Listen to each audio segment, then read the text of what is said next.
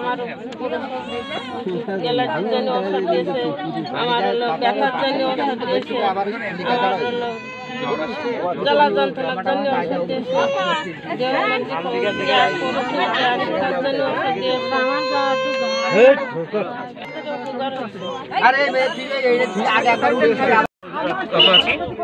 আপনারা সকলেই জানেন যে গত 31শে মার্চ আমাদের আনুলিয়া পৌরসভায় নদীর বাঁধ ভাঙনের কারণে কয়েকটি গ্রাম প্লাবিত হয়।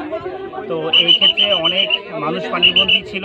এই সুবাদে আমরা গত 3 তারিখে 3 এপ্রিল আমরা কমান্ডার খোলা নৌ অঞ্চল স্যারের নেতৃত্বে আমরা 500 জন পরিবারকে গত 3 তারিখে আমরা 500টি পরিবারকে ত্রাণ সামগ্রী সরবরাহ করতে পেরেছি।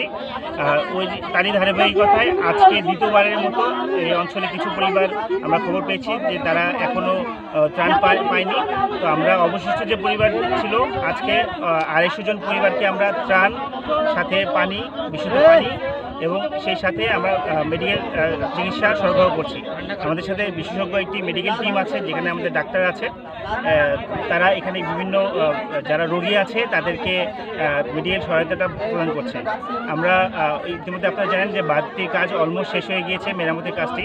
এর পরবর্তীতেও আমরা স্থানীয় প্রশাসনের সাথে কথা বলছি, যদি পরবর্তীতে তাদের আরও এ ধরনের কোনো সাহায্য সহযোগিতা লাগে অবশ্যই আমরা আমাদের নৌবাহিনী থেকে আমরা যথেষ্ট চেষ্টা করব।